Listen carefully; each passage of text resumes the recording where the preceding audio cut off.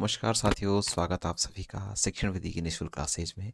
संपूर्ण शिक्षण विधियों को निःशुल्क रूप से पढ़ने के लिए आप हमारे इस चैनल से जुड़ सकते हैं।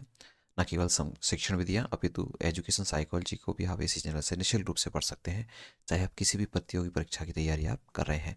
साथियों, ये क्लास आप सभी के लिए व्याख्यात्मक रूप से मिलेगी और साथ में उन प्रश्नों का समावेश इसमें किया जाएगा जो अब तक प्रतियोगी परीक्षाओं में पूछे गए हैं। प्रारंभ करते हैं अपनी क्लास को। साथियों, हम इससे पहले कुछ महत्वपूर्ण विधियों की चर्चा कर चुके हैं। हम चर्चा कर चुके हैं आगमन विधि के बारे में, हम चर्चा कर चुके हैं निगमन विधि के बारे में, हम चर्चा कर चुके हैं सूत्र विधि के बारे में और हम चर्चा कर चुके हैं भाषा संसर्ग विधि के बारे में। और आज उससे अगली कड़ी में हम चर्चा करेंगे समवाय विधि। ये समवाय विधि क्या है, किस तरह से उपयोग में आती है? ध्यान रखिए साथियों, जो समवाय विधि है, इस समवाय विधि को व्याकरण शिक्षण के लिए उपयोगी माना जाता है। कौन से शिक्षण के लिए साथियों? व्याकरण शिक्षण के लिए उपयोगी माना जाता है। आप चाहे हिंदी विषय से तैयारी कर रहे हैं, चाहे आप संस्कृत से कर रहे हैं, साइंस से, मैथ से या एसएसटी कोई भी आपके सब्जेक्ट है, तो सारी शिक्षण विधियों को आपको यहीं पर कराया जाएगा। तो समवाय विधि व्याकरण शिक्षण की एक विधि है। इस विधि को साथियों आप सभी को पता है, इस विधि को कहा जाता है सहयोग व अंतरयोग विधि भी कहते हैं।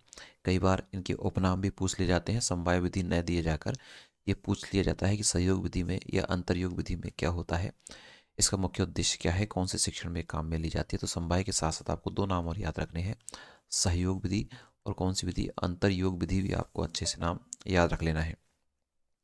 साथियों, जैसा कि आप पता है कि समवाय शब्द का अर्थ है मिलना। समवाय शब्द का क्या अर्थ है? समवाय शब्द का अर्थ है मिलना। समवाय विधि से तात्पर्य क्या है, इसको हम अच्छे से जानेंगे। देखिए, समवाय विधि ऐसी विधि है, समवाय विधि से तात्पर्य है कि सभी प्रणालियों के गुणों को लेकर, यानी जितनी भी सारी प्रणालियां हैं उन सारे के गुणों को लेकर ऐसी प्रणाली विकसित करना जिसमें दोष कम से कम हो और अध्यापन की जो उद्देश्य हो उनकी पूर्ति हो जाए, यानी बालक ज़्यादा से ज़्यादा सीखे। एक तरह की मनोवैज्ञानिक विधि हम इसको कह सकते हैं। इस विधि में होगा क्या, उसके वजह से मान लीजिए हम कोई पुस्तक पढ़ रहे हैं, पुस्तक पढ़िए, पुस्तक के बीच में कोई चीज़ व्याकरण का आया है, संधि का आया, समास का आया, तो उसी जगह उस टॉपिक के सारे जो नियम है उसको बता दिया जाता है। वही बताओ कौन सी विधि होती है? समवाय विधि। देखिए, अभी और आगे आपके क्लियर हो जाएगा। इस विधि में अध्यापक स्वयं भाव भंगिमा द्वारा वाचन करता है, यानी स्वर का उतार चढ़ाव और जो अभिनय के द्वारा जो जो वाचन किया जाता है उसे भाव भंगिमा शब्द के नाम से यहाँ पर बताया गया है। इस विधि में अध्यापक स्वयं भाव भंगिमा यानी स्वयं जो है अभिनय कर तत्पश्चात फिर छात्रों को अपना अनुकरण करने के लिए कहता है। पहले तो स्वयं उसका जो है अभिनय करता है और छात्र फिर छात्रों से कहता है कि आपको मेरा अनुकरण करना है। उसके उपरांत अध्यापक विषय वस्तु को ग्राह्य बनाने के लिए सूक्ति का किसका उपयोग करता है? सूक्तियों का उपयोग करता है, व्याख्या का उपयोग करता है, काठिन्य निवारण है उसका उपयोग करता है, समालोचना करता है विषय से संबंधित, उसका चरित्रांकन, उसमें चरित्रों का जो है उनके बारे में बताता है, आदि पर प्रकाश डालकर छात्र को पाठ की विषय वस्तु का ज्ञान कराता है। कहने का मतलब ये है कि जैसे मान लीजिए कोई टीचर है, कोई विषय अगर अध्यापक पढ़ रहा है तो विषय वस्तु से संबंधित स्वयं उस विषय वस्तु से संबंधित अभिनय करेगा, फिर छात्रों को उस कार्य को करने के लिए अनुकरण करने के लिए कहेगा। साथ में सूक्तियों, व्याख्या, कठिन निवारण, शब्द समालोचना, चरित्रांकन आदि पर प्रकाश डालते हुए विषय वस्तु को और रुचिकर बनाएगा और पालकों को समझाने का प्रयास करेगा।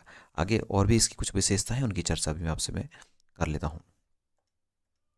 देखिए, आपको यह भी ध्यान रखना है कि ये जो विधि है गद्य या पद्य पढ़ाने के दौरान, किसके दौरान? गद्य या पद्य पढ़ाने के दौरान यदि व्याकरण से संबंध कोई अंश आ जाता है, जैसे मान लीजिए गद्य का कोई पाठ चल रहा है या मान लीजिए पद्य का कोई पाठ चल रहा है, तो उसमें बीच में क्या आ जाता है, मान लीजिए व्याकरण का कोई शब्द आते हैं, तो शिक्षक वहीं उस अंश के व्याकरण के नियम को स्पष्ट कर देता है। जैसे गद्य के पाठ में मान लीजिए कोई दीर्घ संधि का शब्द आ गया, जैसे शब्द आ गया मान लीजिए विद्यालय शब्द आ गया, तो अब टीचर का दायित्व है कि विद्यालय से संबंधित जैसे बताएगा विद्याधन आलय, ये बताएगा। साथ में ये विद्याधन आलय क्यों, इसका ऐसे टुकड़े क्यों हुए, इसके आधार पर विद्यालय क्यों बना, तो पूरी दीर्घ जो संधि है, दीर्घ संधि का बालक बताओ क्या बताए, वो टीचर क्या बताएगा, उसका नियम बताएगा। मतलब जो शब्द वहाँ पर आ चुका है व्याकरणिक वाला, उस व्याकरणिक शब्द के आधार पर उससे संबंधित जो नियम है उसको बालक जो टीचर है उसी जगह स्पष्ट करेगा, जिससे बालक का धीरे धीरे व्याकरण ज्ञान है वो बढ़ता चला जाएगा। जैसे जैसे गद्य पद्य में आए संधि, समास, उपसर्ग, प्रत्यय आदि से युक्त शब्दों के व्याकरणिक नियम का उसी समय ज्ञान करा देता है। कोई भी शब्द आया, शब्द का कोई संधि का शब्द है, समास का है, उपसर्ग का है, प्रत्यय का, जो जिसका भी शब्द है तो उससे संबंधित व्याकरण नियम बालक को वहाँ बता दी जाएगा, जिससे बालक को बताओ किसका ज्ञान हो जाएगा, उस भाषा के साथ साथ उसके व्याकरण का भी ज्ञान बालक को हो जाएगा। साथिये देखिए आगे और हम चर्चा करें कि ये जो विधि है, इस विधि द्वारा प्रारंभिक कक्षाओं में, कौन सी कक्षाओं में, ये आपके ध्यान रखना ग्रेड सेकंड में पूछा गया है, आरपीएससी एग्जाम में ग्रेड सेकंड में ये लाइन पूछी गई है, ग्रेड सेकंड में पूछा गया है। इस विधि द्वारा प्रारंभिक कक्षाओं में रचना अभ्यास द्वारा, किस किस के द्वारा, ध्यान रखना दो शब्द आपको याद रखने हैं, एक तो रचना और ये बताओ कौन सा, अभ्यास। रचना और अभ्यास द्वारा भाषा का शुद्ध प्रयोग कराया जाता है। तो प्रश्न कि प्रारंभिक कक्षाओं में रचना या अभ्यास द्वारा जो भाषा का शुद्ध प्रयोग कराया जाता है वो कौन सी विधि में कराया जाता है, इस तरह से प्रश्न आता है। तो ध्यान रखना कौन सी विधि हो जाएगी आपकी, वो समवाय विधि हो जाएगी। देखिए इस विधि के कुछ दोष भी हैं, अब तक अपन इसकी विशेषताओं के बारे में पढ़ रहे थे। इस विधि के कुछ दोष है, जैसे व्याकरण नियमों का ज्ञान नहीं हो पाएगा, समय अधिक व्यय होगा, यह मनोवैज्ञानिक